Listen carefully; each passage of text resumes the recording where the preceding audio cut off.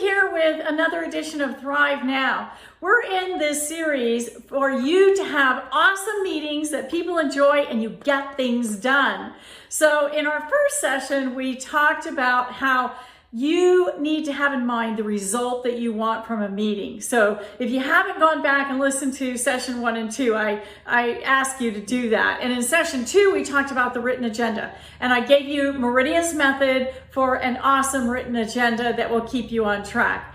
All right, now it's gotten to meeting day and you have to lead the meeting and you need to be effective as a leader. So I'm going to give you some awesome techniques that I have taught Petro leaders over the years that have just worked wonderfully.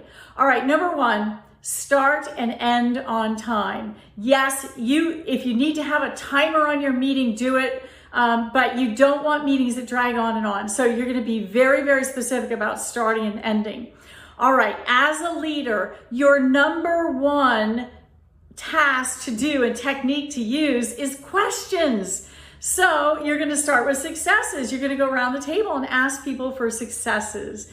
And so the more questions as a leader that you can ask and the less statements you can make, the better people are going to love your meetings. It's all about the questions and getting them to participate, which gets me to technique number 2. 100% participation. That means if you need to go around the table, if you're on a Zoom, you go by the people that you're seeing, right? But everybody brings their information. They bring their successes, they bring their snags, they bring their input. And you as a leader need to make sure that no one is dominating the conversation and no one is being left out. All right, now here's the thing that gets everybody derailed, and as a leader, this is going to be a powerful technique for you. In almost every meeting of growing, thriving companies, family companies, there's going to be some big, hairy snag that comes up, right?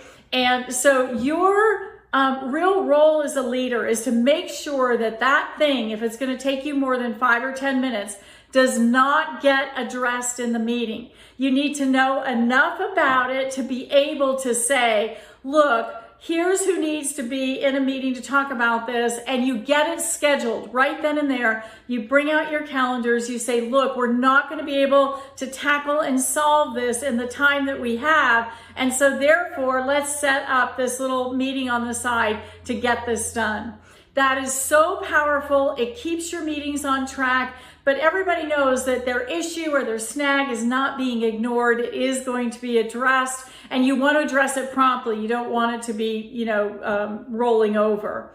And then the third technique I want to share with you is just simply to rotate leaders. As a CEO of your company or a head of your department, there's nothing that says you have to lead all the time.